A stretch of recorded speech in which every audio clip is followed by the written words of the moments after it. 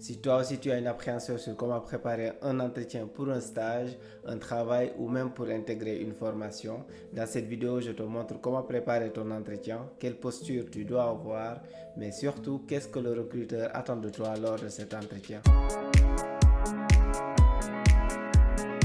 J'ai fait une vidéo détaillée sur comment rédiger un CV, une autre vidéo détaillée sur comment rédiger une lettre de motivation et dans cette vidéo, je vais te parler de l'entretien qui est tout aussi décisif dans un processus de recrutement. Donc pour bien comprendre ces différentes phases, je t'invite à aller faire un tour dans ma chaîne et à regarder ces différentes vidéos, mais surtout, n'oublie pas de t'abonner. L'entretien est la dernière phase dans un processus de recrutement. Il permet notamment au recruteur de rencontrer le candidat et vice-versa. Toutefois, beaucoup de candidats appréhendent cette phase. En effet, jusque-là, tu as échangé avec le recruteur en lui envoyant ton CV et ta lettre de motivation. Peut-être que vous avez échangé par téléphone pour caler l'entretien. Maintenant, c'est le moment d'aller rencontrer ton potentiel futur employeur. La première chose que tu dois faire, c'est de respirer un bon coup et d'arrêter de stresser, car tout le monde passe par là. Personnellement, je me rappelle de mes premiers entretiens. J'avais des coups de chaud, je bafouillais et je bégayais car j'étais impressionné par les personnes que je rencontrais. Aujourd'hui, c'est fini tout ça. À force de répéter cet exercice, j'ai assez d'expérience pour mieux me contrôler. Comment préparer ton entretien?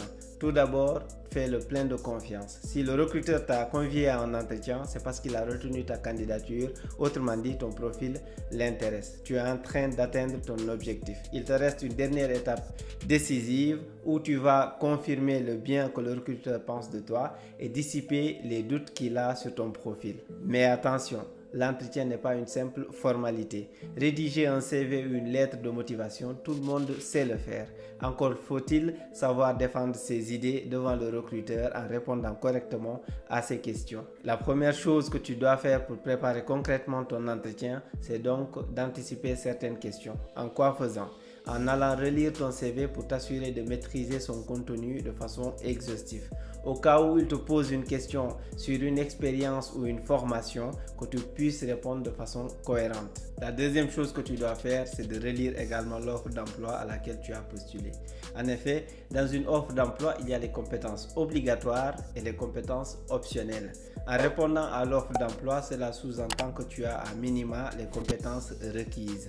Au cas où tu n'as pas toutes ces compétences requises, ce n'est pas grave. Tu peux aller faire un tour sur Google, faire des recherches pour acquérir un maximum de culture générale sur ces différentes compétences. Donc, aux yeux du recruteur, ça va tout simplement montrer que tu es proactif, ce qui est une excellente qualité. Par ailleurs, pour ceux qui ne répondent pas à des offres d'emploi en particulier, ceux qui font des candidatures spontanées, vu qu'il n'y a pas d'offre d'emploi, ce que vous pouvez faire, c'est de faire le maximum de recherches pour avoir des informations pour bien connaître la société pour laquelle vous postulez. La troisième et dernière chose que tu peux faire pour préparer ton entretien, c'est de chercher des informations sur celui ou ceux avec qui tu vas passer ton entretien. Pour ce faire, tu peux te baser sur la convocation à l'entretien que tu as reçu. Tu y verras le nom ou les noms des personnes avec qui tu vas passer ton entretien. Tu vas faire un tour sur LinkedIn. Tu vas apprendre à mieux connaître ces personnes sur le plan professionnel. Cela te permettra d'être plus à l'aise lors de l'entretien. Après avoir bien préparé ton entretien, te voilà le jour J. Quelle posture tu dois avoir? Tout d'abord, un entretien, ce n'est pas un marché. Et au contraire de ce que beaucoup disent, tu ne viens pas comme tu es, tu viens comme la société veut que tu sois. Il y a un minimum d'efforts vestimentaires que tu dois faire. Je comprends que c'est difficile pour certains de se payer un costume pour les entretiens, mais il y a des alternatives. Tu peux par exemple louer ou emprunter à un ami. Tu ne peux pas venir en entretien en jean ou basket, sauf si le recruteur te dit explicitement que tu pouvais venir décontracté. Les entreprises tiennent à leur image, elles ne peuvent pas verser dans les sentiments au détriment de leur image. Et vu que c'est toi qui cherches à être recruté, c'est à toi de faire les efforts. Si tu ne peux pas avoir un costume, tu peux toujours mettre une veste, une chemise et un super sang. Et si tu n'as pas les moyens pour ça également, tu peux toujours mettre une chemise et un pantalon. La seule chose qu'il ne faut pas faire, c'est de mettre un jean et des baskets. Tu as compris. Mets-toi sur ton 31 et affiche ton plus beau sourire. Ce que j'ai oublié de te dire, c'est que l'entretien, c'est aussi l'occasion de charmer ton recruteur. Sur le plan professionnel, bien sûr. Sois attentif, poli, bref, sois la meilleure version de toi. Qu'est-ce que le recruteur attend de toi? Tu as bien préparé ton entretien, tu t'es mis sur ton 31, maintenant il faut dérouler.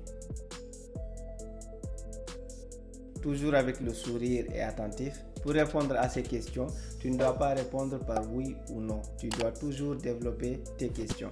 Par exemple, si tu te poses une question sur ton niveau d'anglais, si ton niveau d'anglais est passable, tu peux lui dire que ton niveau d'anglais est passable, que tu arrives à comprendre quand on te pose une question, mais que c'est compliqué de répondre. Tu peux rajouter également que ton objectif pour l'année en cours ou la prochaine année, c'est d'être fluent in English, donc d'avoir un bon niveau d'anglais. Donc ça permet de développer et de ne pas s'arrêter sur une réponse fermée, oui ou non. Avant de terminer l'entretien, il te demandera probablement si tu as des questions. Il faut toujours poser des questions, c'est très important. Même si l'offre d'emploi, le poste de l'entreprise, tout est clair chez toi, il faut poser une question. Tu peux par anticipation préparer une question, 2 ou 3 questions chez toi, venir avec, ou lors de l'entretien, tu prends note de ce qu'il dit et tu rebondis dessus pour poser des questions. C'est très important. Beaucoup pensent que quand tu poses une question, cela montre que tu n'as pas compris quelque chose, que le recruteur va mal le voir. C'est tout le contraire. Le recruteur attend que tu poses une question parce que tu n'es pas censé tout maîtriser. Même si tu fais semblant, tu veux lui montrer que tu as tout compris, tu n'as pas tout compris.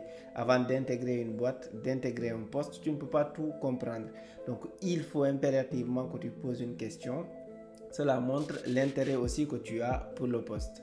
Pour conclure, tu pourras toujours lui dire que tu espères que ta candidature va être retenue et que tu as hâte de commencer à travailler avec lui. Bien évidemment, toutes ces réponses, il faudra que tu les adaptes à ton contexte. J'espère que cette vidéo t'a plu. N'hésite pas à poser des questions en commentaire. N'oublie pas également de t'abonner et de liker la vidéo. C'est très important pour faire grandir la communauté.